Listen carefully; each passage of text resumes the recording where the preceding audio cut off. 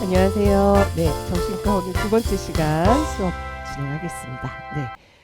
자, 우리 지난 시간에는 여러분들 이제 첫날이었죠. 첫날 동안 이제 정신과에서 헬스하다, 어nel스하다의 기준이 무엇인지, 그리고 어nel스하다라는 게 어떤 건지 기준을 알아야지 우리가 앞으로 이제 무엇을 향해서 치료를 시키고 어떤 것들을 도와줘야 되는가를 알 수 있죠. 그래서 지난 시간에 중요한 단어 중에 하나는 이제 reality, 현실감이라는 파트가 있었고, 그 다음에 이제 커핑이라는 개념에 대해서 제가 말씀을 드렸어요. 정신과 널싱에서는 클라이언트가 커핑할 수 없을 상태, 그 다음에 자신의 커핑이 있었지만 커핑이 더 이상 옛날에 들었던 커핑이 더 이상 듣지 않을 때, 이럴 때 사이키아트릭 널싱에서는 죄송합니다. 디지즈라고 얘기한다. 이렇게 말씀드렸죠. 그래서 정신과 널싱에서 중요한 포인트는 환자가 커핑할 수 있게끔 돕는다. 커핑이란 뭐죠? 내가 감정적 고통을 갖고 있을 때 그 감정적 고통을 조금이라도 줄일 수 있는 어떤 방법.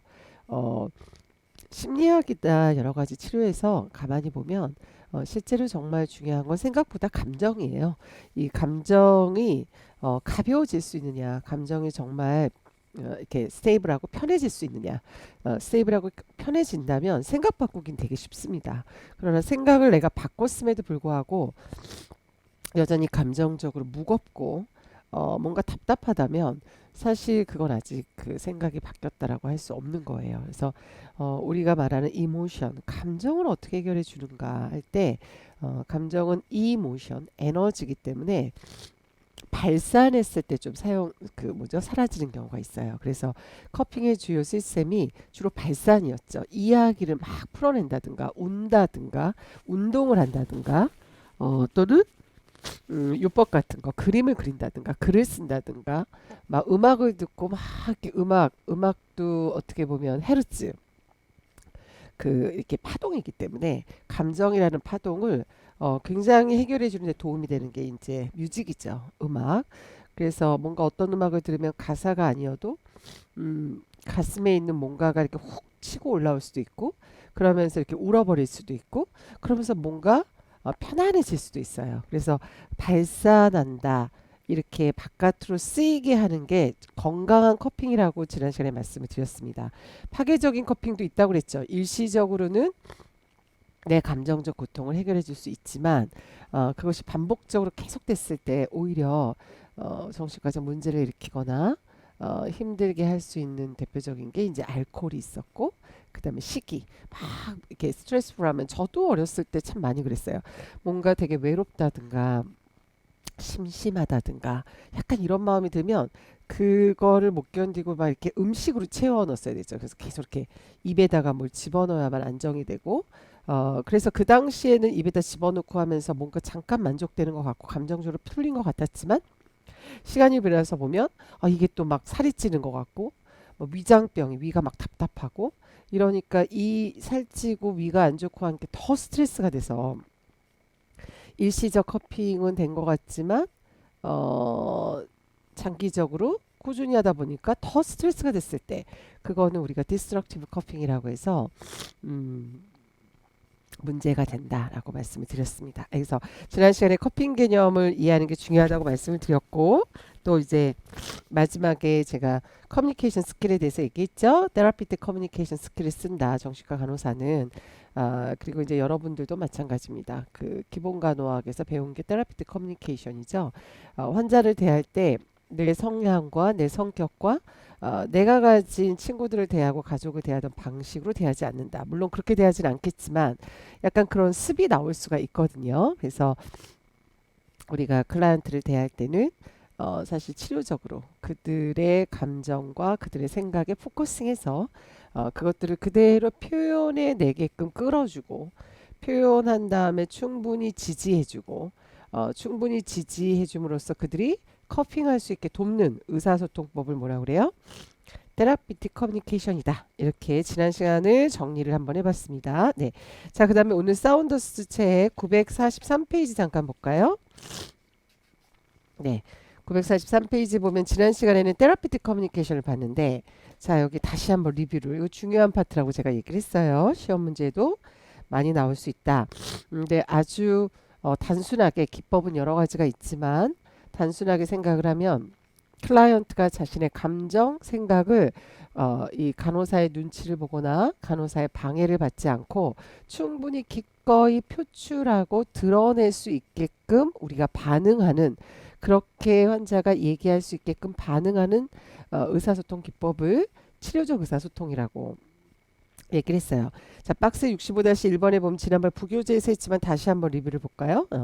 첫 번째 치료적 의사소통은 액티브 리스닝이다. carefully noting what the client is saying. 환자가 무슨 말을 하고 있는지를 아주 명료하게 잘 듣는 것을 이야기한다. observing the client's non-verbal behavior. 환자가 말하면서도 이제 뭐 자세나 눈빛이나 표정이나 non-verbal한 것에도 귀를 기울여서 그가 말하는 것을 바꾸지 않고 있는 그대로 듣는 거. 리스닝이죠. 예. 브로드 오프닝 퀘스천이라고 하는 것은 우리가 중간에 얘기 듣다가 이제 궁금한 것들을 물어볼 수 있거든요. 그래서 오프닝 퀘스천이라고 하는 건 이제 의문사를 써서 물어보는 거죠. 그래서 무슨 일이 있었냐, 어떤 감정이 있었냐, 어떻게 하면 좋겠냐 이렇게 뭐죠? 의문사를 사용한 그런 질문법. 이 필요할 때도 있고 어떤 때는 이제 클로즈 퀘스천이 필요할 때도 있어요. 너 많이 힘드니? Yes와 No. 네가 오늘은 좀 이렇게 참여하기를 원치 않는 것 같구나. Yes와 No. 이렇게 환자의 상황에 따라서 의사소통 기법은 굉장히 유연해야 돼요. 어떤 의사소통은 무조건 좋고 어떤 의사소통은 무조건 틀려 이런 게 아니라 상황에 맞춰서 이 상황에 맞는 적절하게 소통하는 게 참 어렵죠. 적절하게 소통하는 것이 중요한데 클로즈 퀘스천, 오픈 퀘스천도 상황에 맞춰서 해야 되는 거고 클래리파잉은 명료하라고 해서 환자가 하는 말이 잘 이해가 안 될 때는 우물쭈물 넘어가는 게 아니라 you say 네가 지금 말하는 것은 your father living 너네 아버지가 was living when you were 5 years old 네가 5살 때 아버지가 떠났다는 그런 얘기니 네가 그래서 you feel 네가 이렇게 해서 되게 다운됐었단 얘기니 내가 들은 얘기를 다시 한번 확인해서 질문에서 확인하는 걸 뭐죠? clarifying이라고 하죠. provide the meaning for making the message clearer. 그 사람이 보내준 메시지가 좀 더 명료하게 그 의미를 알 수 있게끔 다시 한번 질문해 보는 겁니다. 예. explore는 탐사라고 해서 뭐예요? 환자가 하는 얘기를 좀 더 깊이 있게 이제 질문해서 듣는 거죠. important idea, experience. 환자에게 나온 아이디어나 경험이나 릴레이션십을 좀 더 깊이 알기 위해서 질문하는 거죠. 아버지하고의 관계 얘기를 했을 때 뭐 아버지하고는 항상 힘들었어요. 이렇게 이제 얘기했을 때 아버지하고 참 많이 힘들었군요. 특별히 아버지하고 더 힘들었던 경험이 떠오르는 게 있으면 좀 더 얘기해 주실래요? 어떤 면에서 아버지하고가 좀 많이 힘들었을까요? 어떤 부분이 아버지하고 계속 부딪혔을까요? 이렇게 좀 더 구체적으로 알고 싶은 것에 대해서 어때요? exploring, 탐사를 할 수 있다. 그 다음 focusing이라고 하는 거는 집중하는 거죠. directing the conversation on the topic being discussed. 우리가 이야기한 것에 대해서 직접적으로 다시 그 대화의 주제를 끌어오는 것이다. 포커싱 지난번에 말씀드렸어요. 탄젠셜리티라든가 플라이트 오브 아이디어. 내가 지금 아빠 얘기를 하고 있는데 아빠 얘기를 하다 계속 뭐 이렇게 삼천포로 빠져가지고 뭐 딴 얘기 주로 어른들하고 얘기하다 보면 그렇게 많이 되는데 딴 얘기로 갔을 때 계속 무조건 들어서는 이게 얘기가 막 시간이 한두 끝도 없이 되죠. 특히 이제 어른들이 좀 많이 그래요.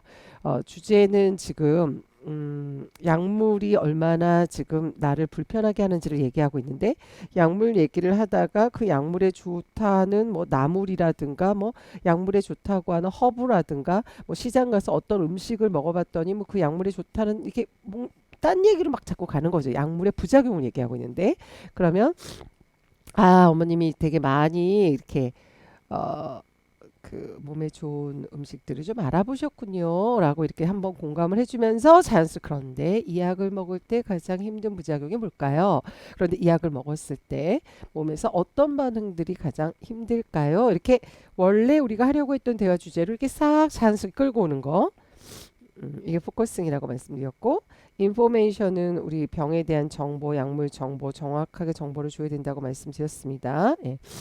그 다음에 뭐 오픈 엔디드 퀘스천 넘어가시고 패러프라이딩, 리플렉션, 리스테이팅은 지난 시간에 다 했어요.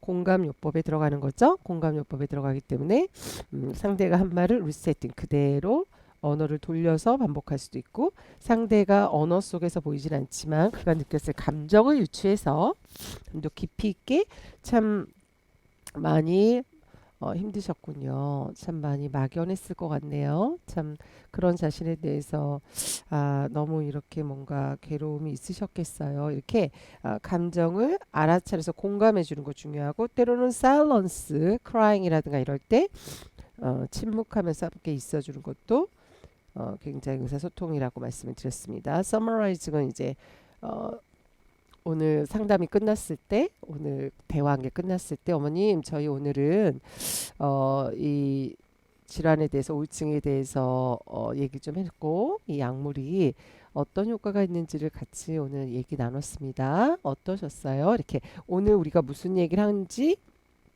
정리를 마지막에 해주는 게 이제 summarizing이죠. validating. 자, 이것도 그냥 공감요법으로 넘어가시고요.